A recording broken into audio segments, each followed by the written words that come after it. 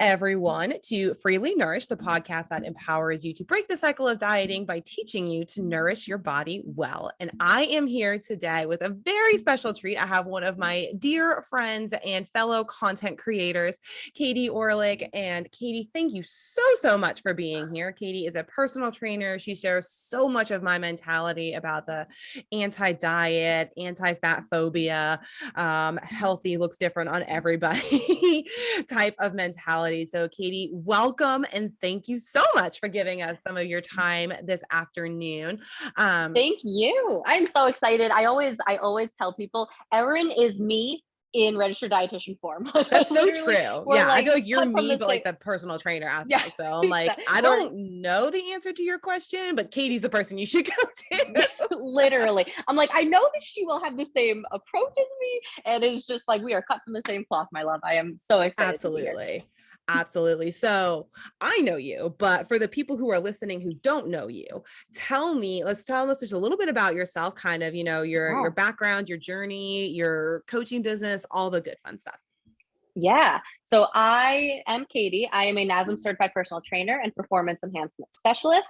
That second part, performance enhancement specialist, simply means that I can work with high school and college athletes, which is what I did for the first about 3 years of my career in personal training.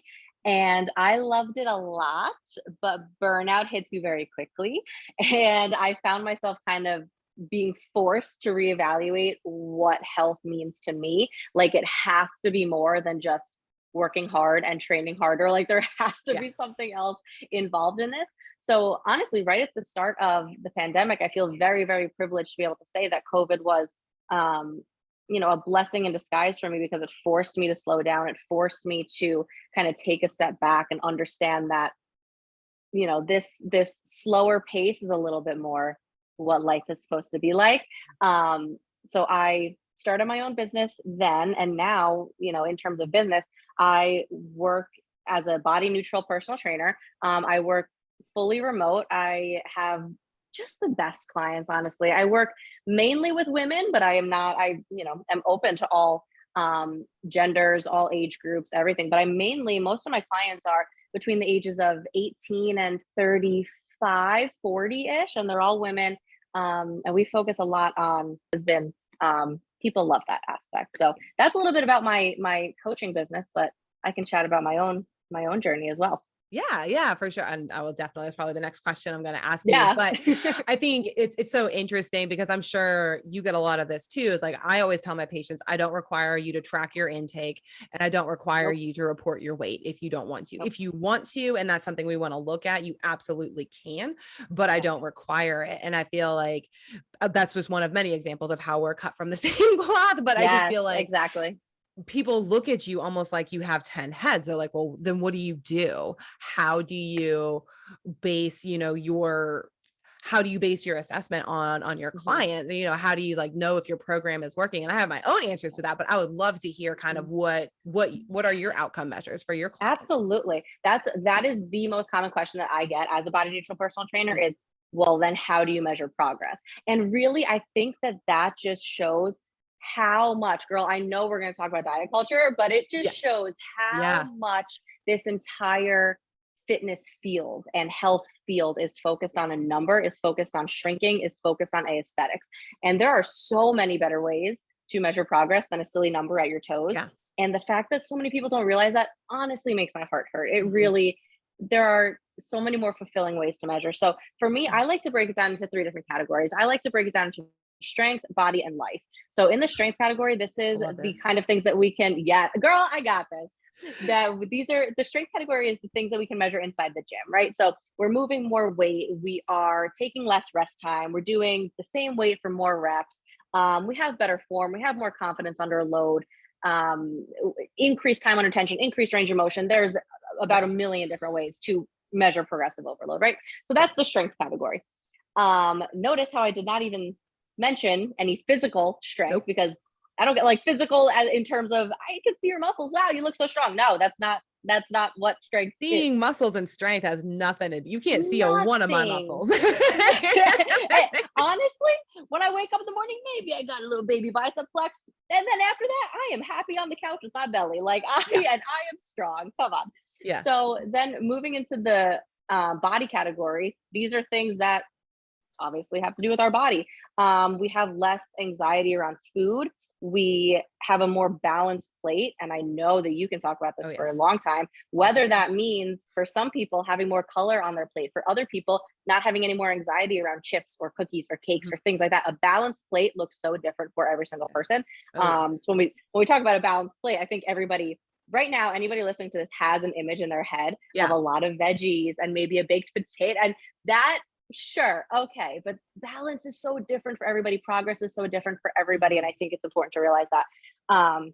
But also in the body category, less body checking, less looking at your belly in the mirror, less flexing in the mirror, seeing how you look different day to day, because honestly, you don't look very different day to day. I will talk about that later too. You have more regular poops. Honestly, let's talk about poop. You're more regular. Yes, that's a big outcome for me as well. Oh yeah, I'm sure you probably talk about it a lot, so much. Significant portion of my time is spent talking about poop. I love that. You have less joint pain. Daily tasks are easier for you. You can pick your kid or your dog up from the floor easier. Things are just easier for you. Going up and down the stairs, bringing your groceries up. I am currently still a little bit sweaty from bringing my own groceries up, but but then we move into the life category, and these are things that are a little bit less measurable. Like I mentioned it in the body category too, but less anxiety around food, being able to more freely go out with friends and not worry about going out for a couple of drinks, going out for lunch,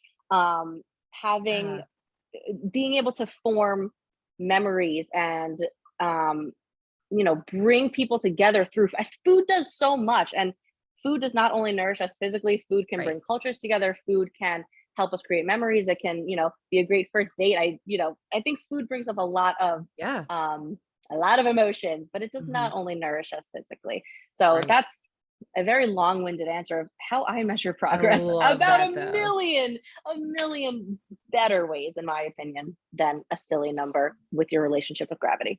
Yeah, I love that. I love that so much. And I love what you just said about, like, basically your weight is your mass times the Earth's gravitational pull. Like, in terms of who you are as a human and how worthwhile you are. Like, I think it was, I don't know if you follow Madam Adam on TikTok, but they are one of my favorite. And they said something the other day that's like, girl, you are like a speck on a marble floating through the galaxy. Like, it is just not that serious.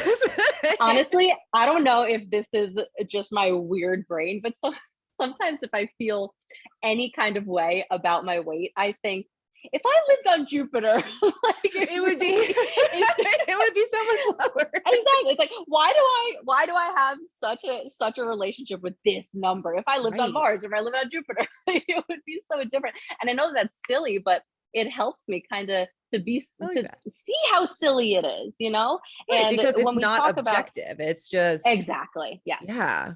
And when we talk about, your relationship with your weight, I know we'll talk about body neutrality. That's, my whole thing.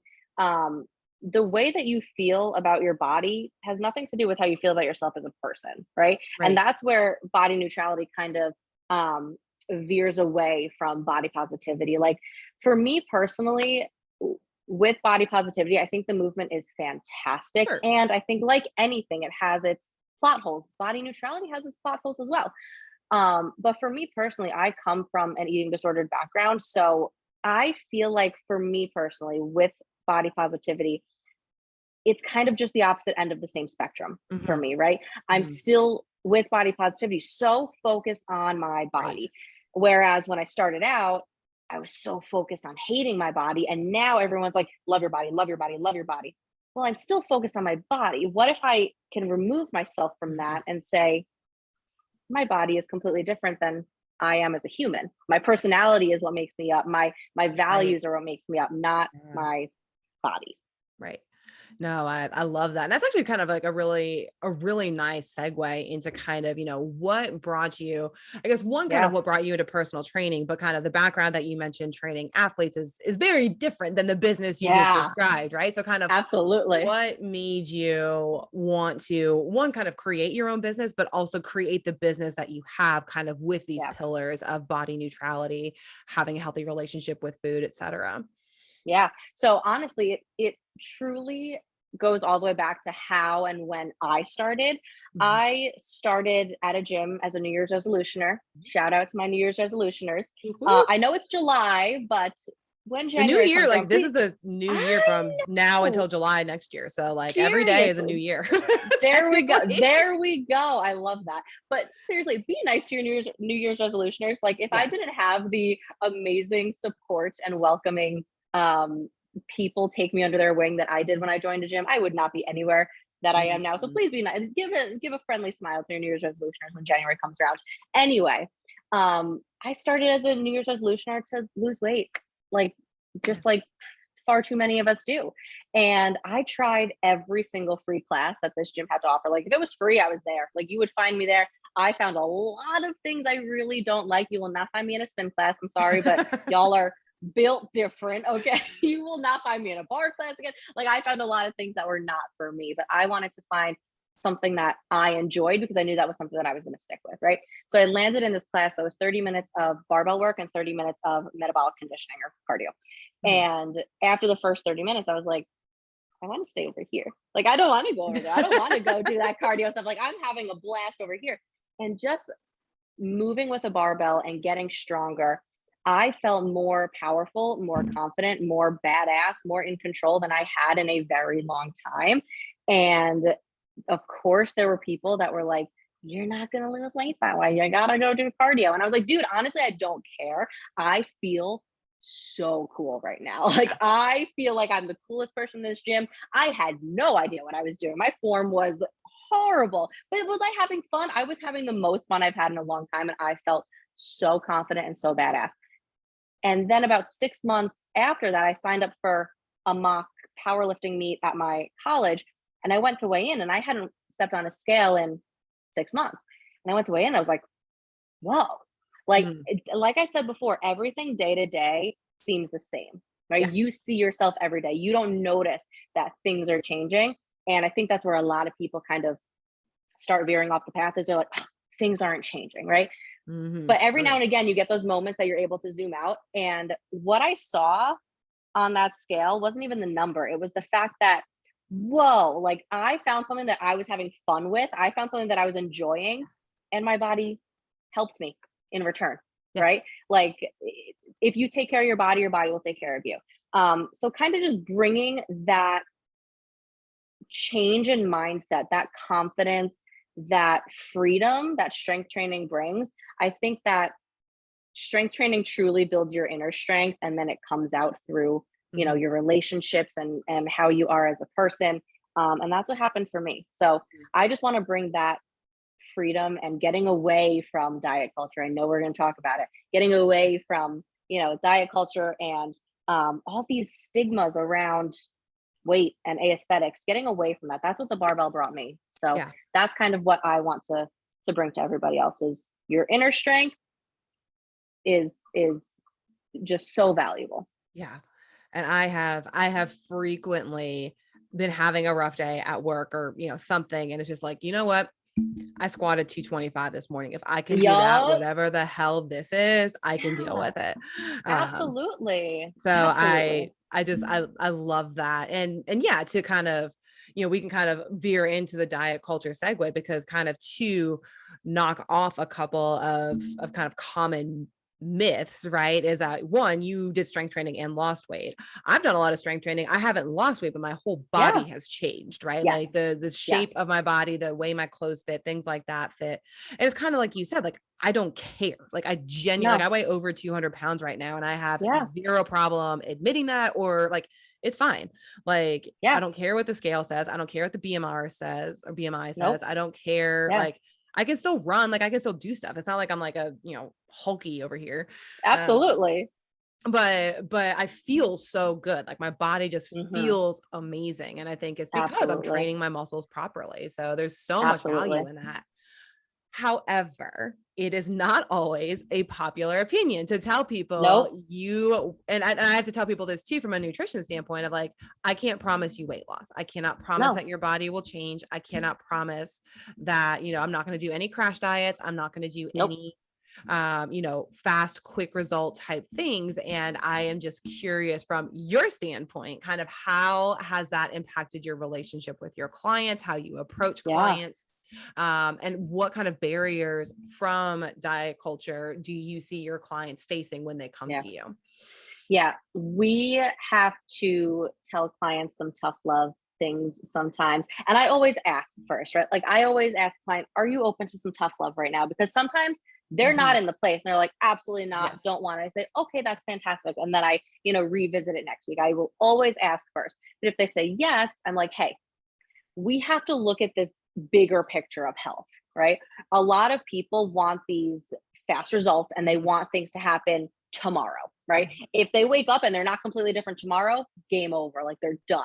And what's sustainable takes time. Like Mhm. you need consistency. Consistency outweighs perfection every single time. Every I time. personally teach the 80-20 rule, right? So Mhm. like 80% of our life is we're working out, we have our fruits and veggies, we're eating our carbs, we're, having our balanced plate, whatever that looks like. The other 20%, we're going out with friends, we are eating ice cream at midnight, whatever that Yeah. 20% is for you, like Yeah. my Oreos, like whatever that 20% is for you, because that's what, girl, if I am like, if people just think of me and they think Oreo girl, I'm happy, it's fine. Uh, This is the legacy if I have I, left. this is the I'm fine with it. I will take it. I'm fine with it. But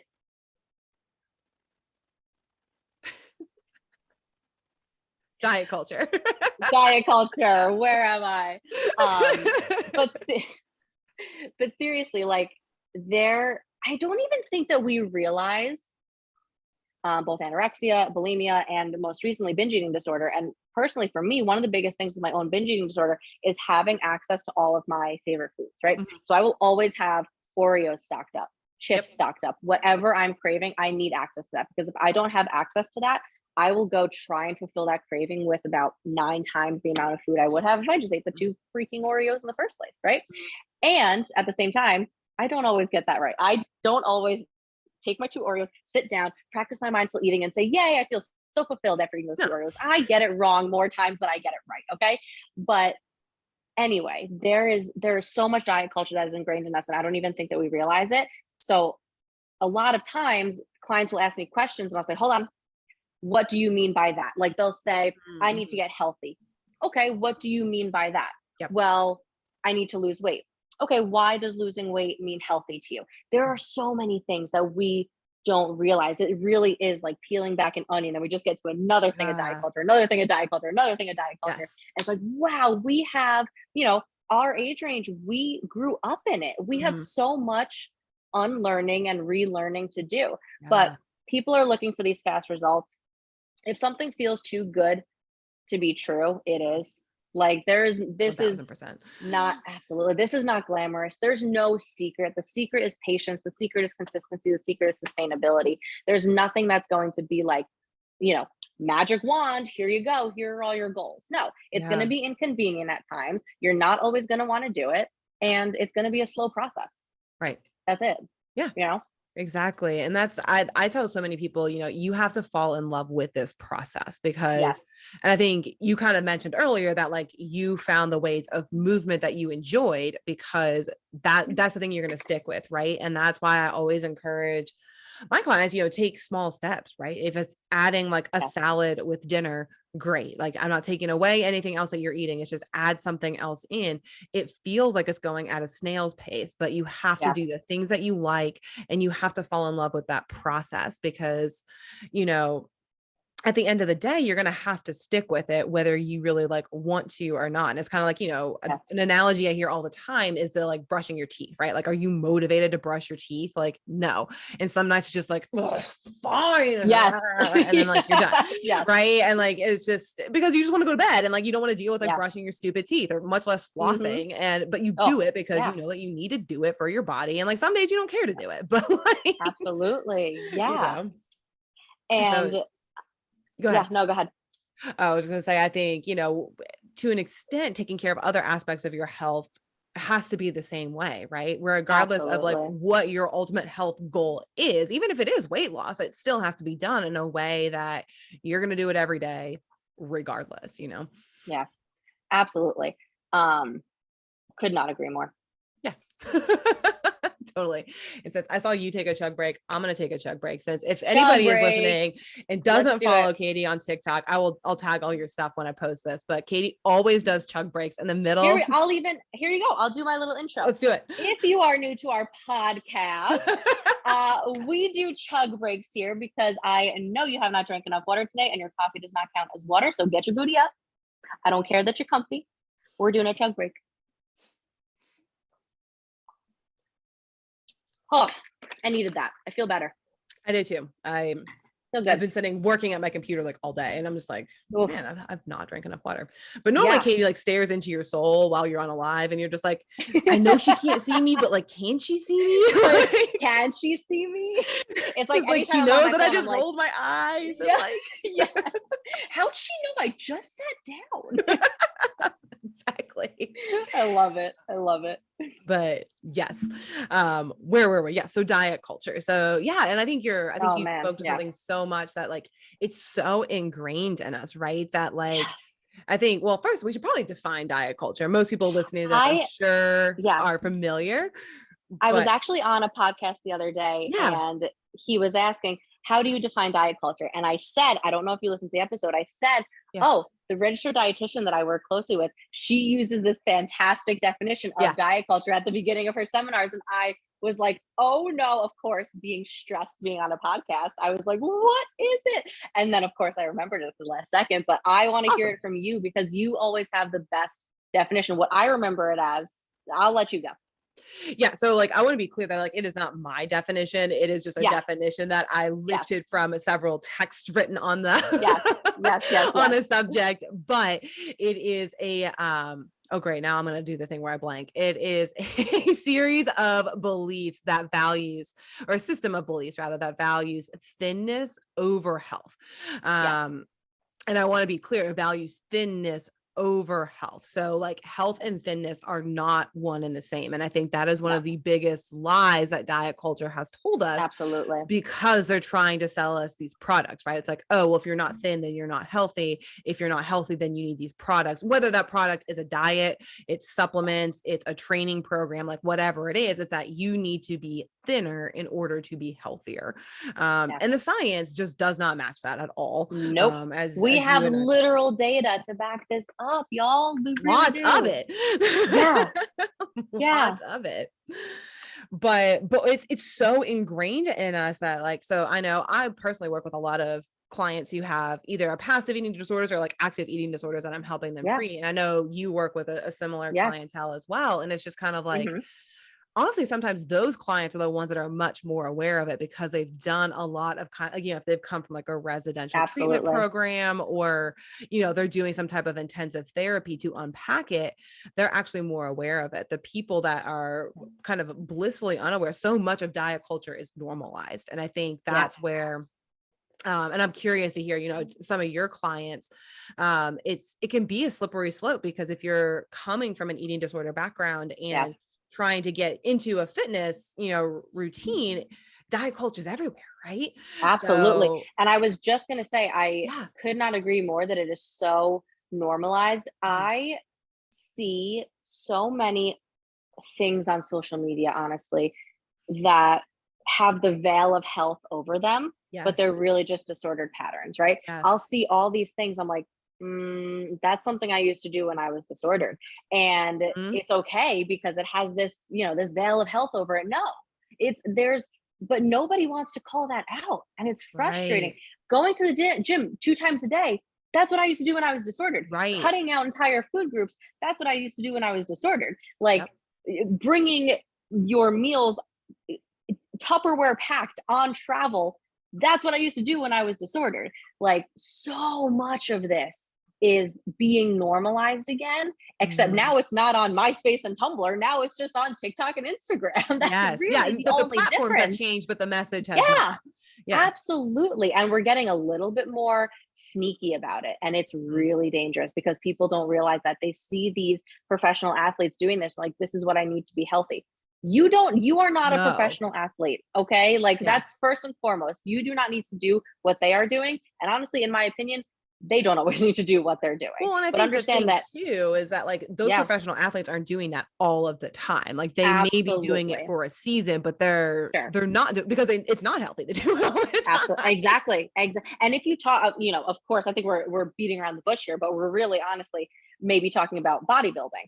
Mhm. And a lot of that, you talk to most of them, they will say stage lean is not sustainable. Stage lean is Oh, not healthy. Most of them, I would say probably 90% of them will tell you that themselves, that that's oh not yeah. something that they can physically maintain year round. So what Erin and I talk about is what we can maintain year round, Right. lifelong. Right. Like that's the kind of health that we're looking at.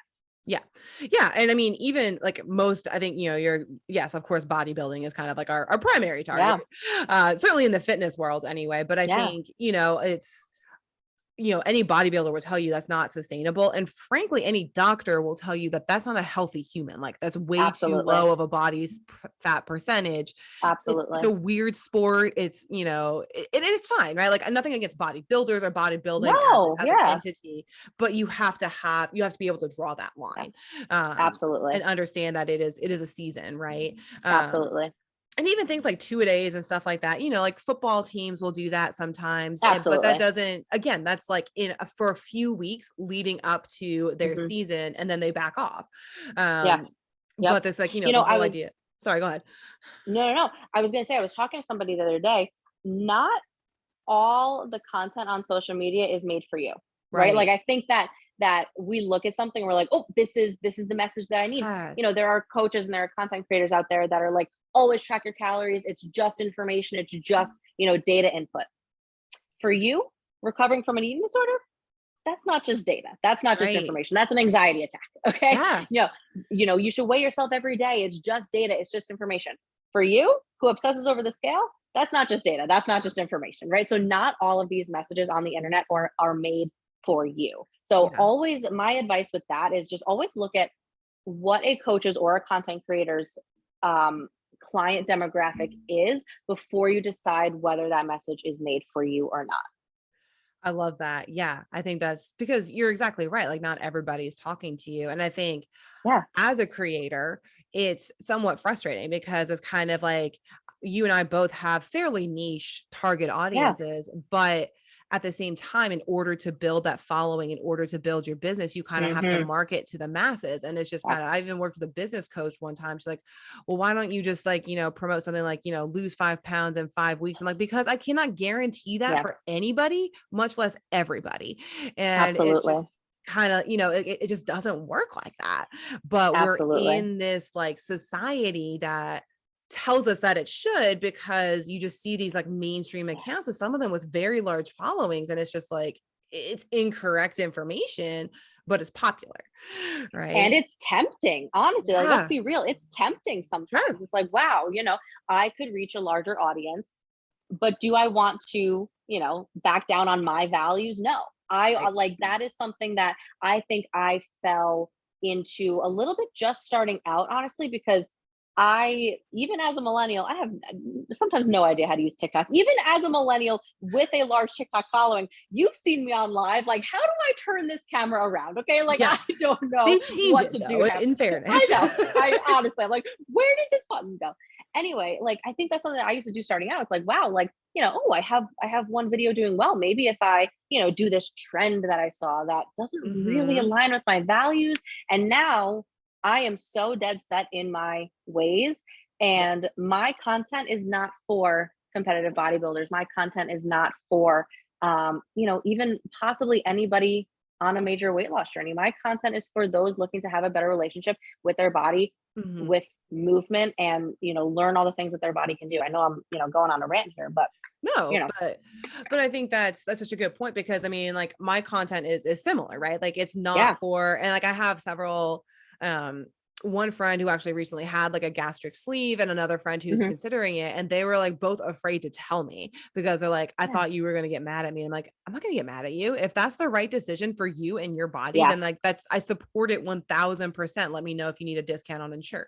But like, Absolutely. Yeah. Exactly. Yeah. but like, it's just because that's not the content that I create, like, I'm not speaking to you, right? Like, Yeah. and is it of some value to you? Yeah, maybe. But if you, I'm never going to judge someone Yeah. for where they are in their journey. But No. at the same time, you cannot physically make content that is going to please everybody. You just can't. Absolutely. Um, Absolutely. That, and it's hard to accept that, but it's 1000% true. well, I think it would be a little bit easier if people who maybe you weren't speaking to just kind of scrolled on, but Yeah. they Oh, don't. imagine They what wind up in your comments being wild all hateful concept. and ignorant. Wild concept. It's actually so funny that you say that, because I currently have a video going viral, and I'm enjoying the first couple days of it right now until if anybody out here has ever had a video go viral, Yeah. the next like 2 weeks, when all the The chads haters get come in. Yeah. their little troll fingers on it, then it gets real fun. Then I'm just enjoying the first couple days. I had so little tolerance for that anymore. Like, at one point in No. time, I felt the need to like respond or clap back to everything. And now I'm just like, oh, fuck this. Just delete it. Yeah, literally. I'm like, honestly, I'll see you later. I delete it all the time. I'm just like, you know what? Nope, not worth my mental space. Bye. And Especially honestly, if it's like user like 18 digits and like no oh picture. Oh, my forget it. god. Yeah, exactly. You're a troll. Like, I'm not, Yeah. if it's a genuine question, sure. But like, Sure. Absolutely. Nope. I just delete it. I don't need that mental space. And on that note, unfollow anybody that makes you feel bad about your body. While we're here yes. talking about social media, you're Oh, allowed to, yes. honestly, even if it's me, even if it's Erin, I Yeah. doubt it will be, but if we ever do, Yeah. unfollow us. Like, you're allowed to unfollow anybody that makes you feel inferior, that makes you feel like you're doing something wrong, that makes you feel like you're not doing your best. You're allowed to unfollow Absolutely. any creator that makes you feel inferior in any way. Absolutely. Yeah, 100%. Because yeah, exactly. If you are like, looking into weight loss surgery and my content seems to be, it's not Yeah. really against it, but like, if it is making you Yeah. feel, bad about yourself for making that decision, then unfollow me. Like, I will Absolutely. never, ever, ever blame somebody No. for cultivating their social media space to fit their mental health best. That's, Absolutely. That's what it's made for. yeah, Absolutely. 1000%. So what would you say then if you have a client come to you and they do want fast results? Like, let's say they're like, I don't know, a wedding coming up in 6 months. I Yep. want to be this size. Like, I already ordered my dress. It's 2 sizes too small. Mhm. Like, Yep. Yeah. what can we do here? Yeah. So something that I always go back to is health needs to include our physical, mental, emotional, financial, occupational, spiritual, whatever that looks like for you, right? Yeah. So it is my job as a coach to keep you healthy and keep you safe, right? Those are my main two priorities. I love that. And if you come to me with an extreme goal, could I get you there? Possibly. But am I doing the most for your health? No. And to me, that's a disservice, right? So Yeah. if you come to me with these fast results, I'm not the person for you. I'm probably going to Yeah. either try to dig a little bit deeper and see, hey, Mhm. can we get the dress resized or whatever Yeah. else we can do? The more logical explanations that will keep you safe and healthy in all terms of health. Or I'll refer you out to somebody that I think may be a better fit for you, right? I am most likely not a fit for me.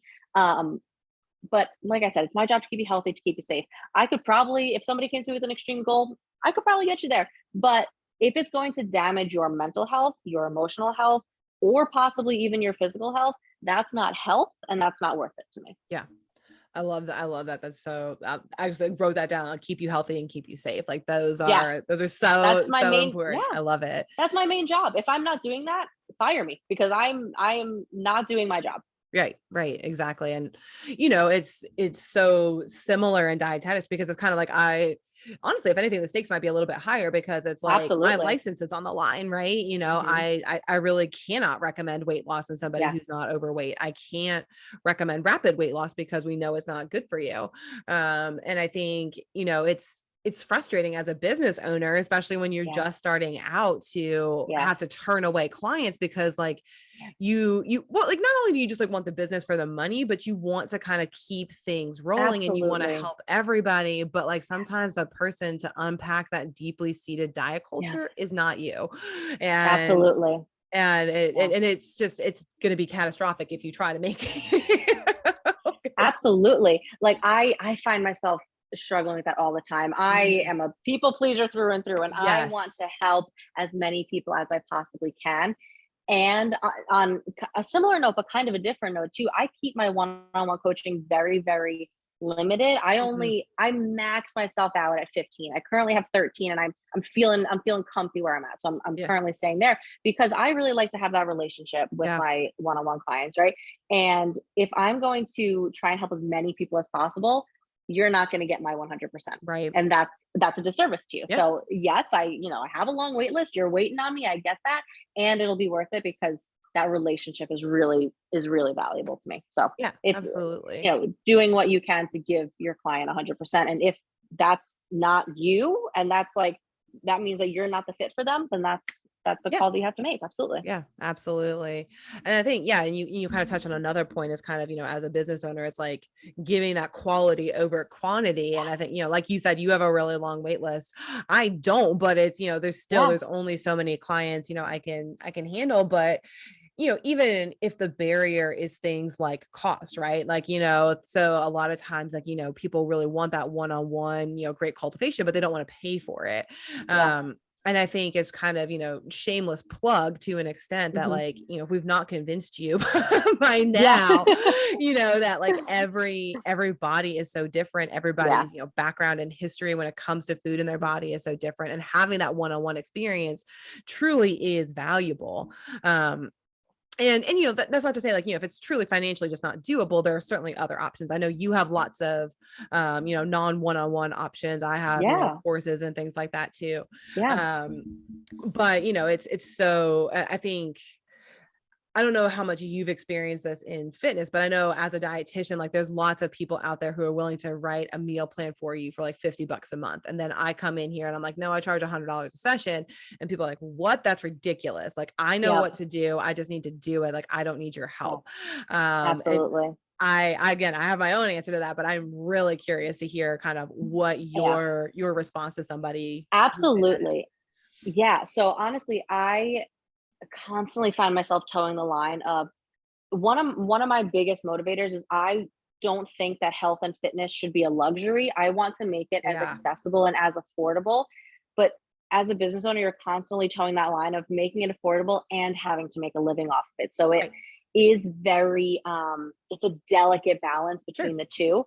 Yeah. And so price wise, I always look, I'm a good human, right? Right. I will always I have my newest program is for beginners, it's gym based, and it is a little bit of a financial what word am I looking for? Investment.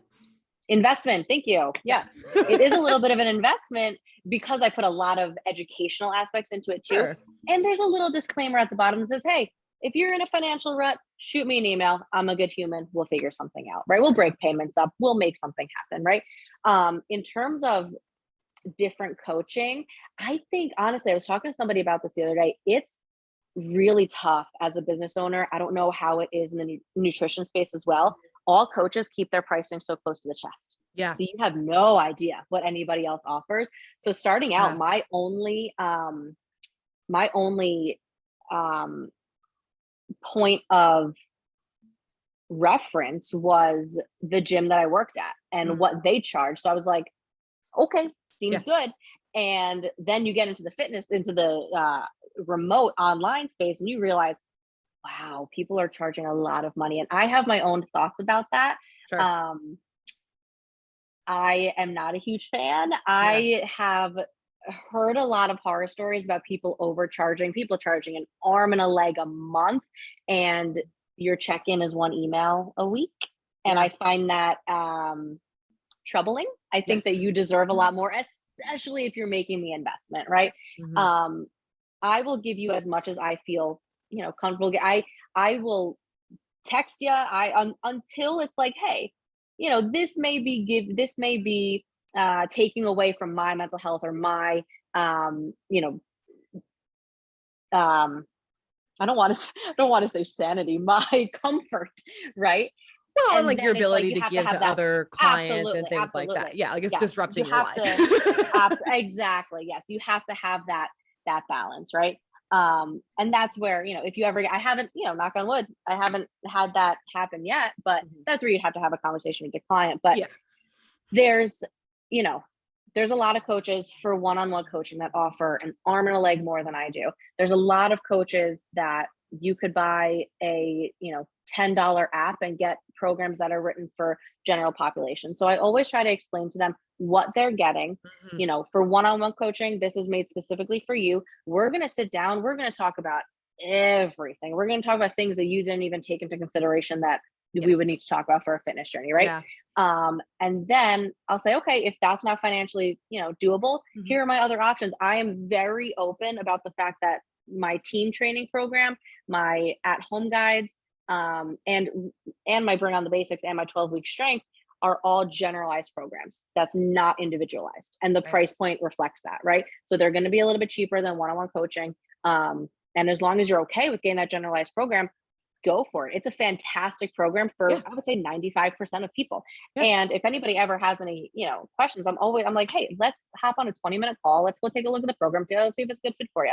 Um, you know, and I know you as well, I'm a good human. Like Right. I'm never trying to just take your money. I would rather you say, hey, I'm not sure which program to buy. Can we sit down for 20 minutes and go take a look at it? I'd be like, absolutely. Like Yeah. I respect Yeah. your time and money enough to take 20 minutes out of my day to let you see a little snippet of the program to make sure that you are investing in something that's good for your health. I'm not going to try to lead you astray. So Yeah. And sometimes too, like it's just like one-on-one coaching or even like one-on-one counseling with me, like you're either like not financially in a place in your life or like yeah. just not like mentally in a space that you're really able to commit to it. I Yeah. have, I have a lot of patients with eating disorders, but what people don't always know is that eating disorders and GI conditions go like hand in Yeah. hand. And there's Absolutely. some GI conditions that require like, elimination diets and things like that, that are kind of like, an intensive Mhm. like 8-week stint. And I'm like, yeah, you're That's going to be tricky. spending, a decent amount of money to see me, every week, but it's short lived. And if it's just like, that's not the time financially right Sure. now, if it's not the time for you in your life and whatever else is going on to do it right now, that's totally okay. But I think Absolutely. it's important I think so many people kind of come at it because of those barriers and say like, oh, well, you are charging too much. It's like my service can be valuable and Yeah. worth the money I charge for it. hmm And it cannot be a good fit for you either in general Yes. or at this time. Absolutely. Absolutely. Could not Yeah. everything can be true. Both can be true. And Yes. I could not agree more. Yeah. And I think it's important to recognize too that some of those financial barriers, like it is not on the, like you said, there's certainly people that are overcharging for services that like Absolutely. really, and it sucks that the internet is like that. And it's Yeah. very hard to sometimes determine. And like I hate to be that person that goes on social media and like throws shade at other people just trying to make a living. But at Yeah. the same time, it's just kind of like if you don't have a degree and a credential, then what in the heck are you charging Oh, $100 a week absolutely. for? That Like is being at least in my field, we just have a certification. yeah. That's the bare minimum you can Right. do. Yeah. I talked about this on TikTok a while ago and everybody lost their booties about it. The bare minimum that your coach can do is be certified. Getting Yeah. certified is not hard at all, really, honestly. Like I'll say it. It's not very hard. You take a self-guided course, you take a test online. That Yeah. like it's not the bare minimum they can do is be certified. And I know that people want to, and I think when we talk about this, we talk about, oh, well, I want, my friend lost weight, so she knows what she's doing. No, Mhm. she knows what she's doing for her. Right. She may not, that does not mean that she knows what she's doing for you, right? Right. That's why coaches and registered dietitians exist because Right. we know how to look at things from every point of view. We know Mhm. how to work with individualized, different, unique bodies. If your friend lost weight, you're like, I want to, quote unquote, hire them as a coach because clearly they know what they're doing. No, they know what they're doing for them. Right. I know that it's tempting to get a coach that you can relate to and, has been through what you've been through. And there are plenty of coaches out there that can do that. I don't talk about it a lot. I personally had a major weight loss journey. I don't talk about it because I don't find it relevant to my field. I'm a good coach because many other reasons, not because I lost weight. I'm a good coach for far other reasons. So I don't really talk about it. I don't find it prevalent to my field. And a lot of people get confused by that. I think it's two very separate things, having lost weight and being a good coach. So there are plenty of coaches out there that you can relate to. There's probably, people that have packed on a lot of muscle that you're like, wow, that's something I want to do. You just have to look a little bit harder. And I think that with so many of us being online now, it opens up that accessibility, which I love. I think there's so many. I love it. You can find, and honestly, I think that it does. I love it for personal training. I love it for, registered dietitians. I love it for therapy. I think we have so much more access now, and it is phenomenal. I love it. Yes. I think that is probably one of the best things. And from the nutrition world, they kind of force, so dietitians are allowed to bill insurance, which does help with a financial cost sometimes. But traditionally telehealth was not covered until the pandemic. So that was one of the really nice things. I'm currently in like a lawsuit with Anthem because they're not paying for it and it's against Kentucky state law. But but that's kind of something that's nice to be able, and I think you just normalize it if nothing else. Like, now, absolutely. Before remote trainers were kind of like, people are like, I don't know how I feel about it. I was people, I'll be like completely honest. Absolutely. And then I was just this is great. Like, this is actually like, I get a lot more, I feel like, from because we're not tied to having to be at the gym at the same time for her to train me. We're tied to like, it's and I've seen your programs are very similar to Keisha's and things like that. It's just it's accessibility is just fantastic. Yeah, absolutely. Well, this has been a wonderful discussion. Thank you so much. So appreciative of your time, and it's so important, I think, for dietitians and trainers to kind of recognize that we're not enemies, right? No, we're all, oh my gosh, like working towards the same goal here. We are besties. Absolutely, we are fighting the same war. Yeah. And like, it's just, I think you and I have both recognized that, like, I have a scope of practice and you have a scope of practice. And like mine doesn't bleed into yours and yours doesn't bleed into mine. And like, there's space for everybody in this world. Even if it's like a coach or a dietitian or whoever, like, and their approach is slightly different. Well, there's going to be a client that relates better to that. And that's fine. And I know that we're wrapping up here, but that is honestly, if there's any, I feel like this can relate to, I was going to say if there's any trainers listening to this, but this can relate to so many other people. Know your scope of practice. Like, I have no issue and this took me a very long time. This is something I only became very comfortable with probably in the last year and a half. I have no trouble telling a client, I don't know. Like like a year, 2 years in, I would not be comfortable with that at all. Now I'm like, you know what? I don't know. Let me either look that up and get back to you next time we chat, or here's somebody that knows more than I do, or, this is actually getting a little bit out of my scope of practice. Do you mind if I refer you out to somebody? Right? Like, know your scope of practice. Absolutely. And also, as a client, know your trainer's scope of practice. Right. Your trainer cannot write you a meal plan. I cannot say it louder. They cannot. I cannot say it louder. Like, seriously, they cannot write you a meal plan. I know. I'm like, how far in do I want to go to this? Just know your scope of practice as a trainer. Clients, know your trainer's scope of practice. And I know that it will be very convenient to have, everybody wants a one-stop fits all, right? Like, everybody wants to come to me and have me do A, B, C, D, E, F, G. Well, I can do A, B, and C, and you might need somebody else for D, E, F, G. I'm like, hold on, what comes after C? It's been a day. We've been talking for a minute. I think that's so important, because even as like people experience in our field, like there are still times, like as a dietitian within my own scope of practice, and I'm just like, I don't know, let me go ask somebody, or like look it up, or and I think really any kind of like health advocate, whether it is, you know, a coach, a dietitian, but even like a doctor, like doctors don't know all the Yes. time either. And they No. should be able to say as much. Yes, And good doctors absolutely. do. Good doctors be like, Yeah. I don't know. Let me go ask the dietitian, or Yes. I don't And if know. anybody, Yeah. yeah, this conversation throws people for a loop sometimes. Yeah. And I just want anybody to that's listening to think, how many times have you been at work and you had to ask somebody else a question? Yeah. None of us know absolutely everything in our field. None of us. You'll No. have to ask IT to come fix your computer sometimes. You'll have to, ask somebody, hey, how did you format this? Like, you don't know absolutely everything in your field 100% of the time, and neither do we, because we're human and humans are flawed, and that's amazing and fine.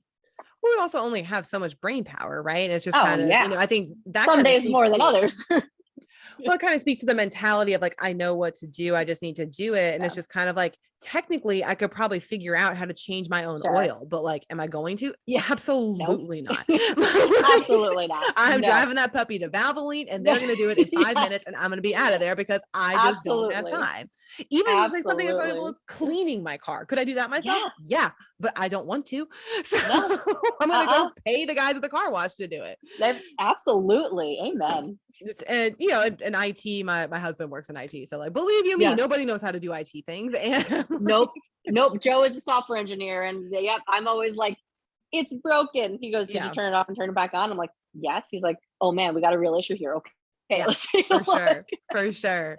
So, but it's just kind of like, you know, if you're willing to pay somebody else to repair your Yeah. car or, you know, some part of your house or like other things, then like, why Mhm. is your health the place where Yes. you draw the line of like, Yes. you should or do know what to do Mhm. and you don't need to pay anybody else to help you with it. I I have think, clients that are personal trainers. I train personal yeah, trainers because they're yeah, like, look, I don't have time to write my own program. I don't, 1000%. I won't program the stuff that I don't want to do. Yeah, And I'm like, yeah, that's why I'm here. Trainers have trainers. yeah. Therapists have therapists. Registered dietitians may have registered dietitians. Yeah, Like no, we do. everybody, Sometimes, yeah, yes, for sure. absolutely. Yeah. And I mean, yeah, especially like, you know, I'm kind of like the GI guru. So I mean, I have lots of Yeah. dietitians that are like, hey, like, got some diarrhea going on here. Like, Yeah. what do we think about that? Like, Yeah. how do All right, you let's talk about it. Yeah. like, I've coached lots Exactly. of dietitians through like low FODMAP diets and stuff like that. So I mean, yeah, it's totally and then they know, and then they're able to then go and be a better dietitian because they're like, hey, from personal experience, like here's how this Yes. works. So yeah, Absolutely. totally. 1000%. Absolutely. 1000%. We Well, just said the exact same thing back to back. I love that. that is amazing. We Perfect. are in fact sisters from another mister or Yes, something we along are. that line. Well, Katie, thank you so much Ah, for of bringing course. yourself, your wonderful bubbly energy to. I always enjoy talking with you so much because you're just such Yes. a positive human. I know not always, but usually. Yes. And you know, it's just so great to hear your take on some of the issues that we face together. Yeah. In closing, I ask everybody who comes on the same question. If you had one piece of advice for somebody who is starting like a fitness or a wellness Mm. journey, what would that one piece of advice be? Stop biting off more than you can chew. Mm. Number one piece of advice. Everybody gets this wave of motivation and they say, I'm going to turn my entire Mhm. life around today. I'm going to work out 10 days a week. I am only ever eating home cooked meals ever. Yep. No, you're not. That's going to last you about a week. And then you're Right. going to say, what's wrong with me? Why can't I do this? Why am I not cut out for this? Right. You are cut out for this, right? You Yeah. just tried to dive into the deep end before you had your swimmies on. Okay, we Yeah. got to put your swimmies on first. Right. You have to stop biting off more than you can chew. Change. We touched on this a little bit earlier in the episode. Small, sustainable changes, Yeah. whether that is drinking a little bit of water, whether that is working out 1 day a week, whether that's going on one walk, whether it's walking your dog a little bit more. I don't care. Small, sustainable, realistic changes. Don't bite off Yep. more than you can chew. I love it. I love it. I preach the same. And Yay. I Yes. love hearing it. Awesome. Well, thank you everyone for tuning in. I will link all of Katie's socials, and I believe you have a website now too. So that's I fancy. do We have a can link her website. Yes. too. And if you want to follow her more, I'll link all of her social media things. Her lives are really fun. She yells at you to drink water. But it's also like really good, like grounded fitness advice. Katie, thank you so much. Thank And you. Thank you. everyone listening, have a great rest of your day.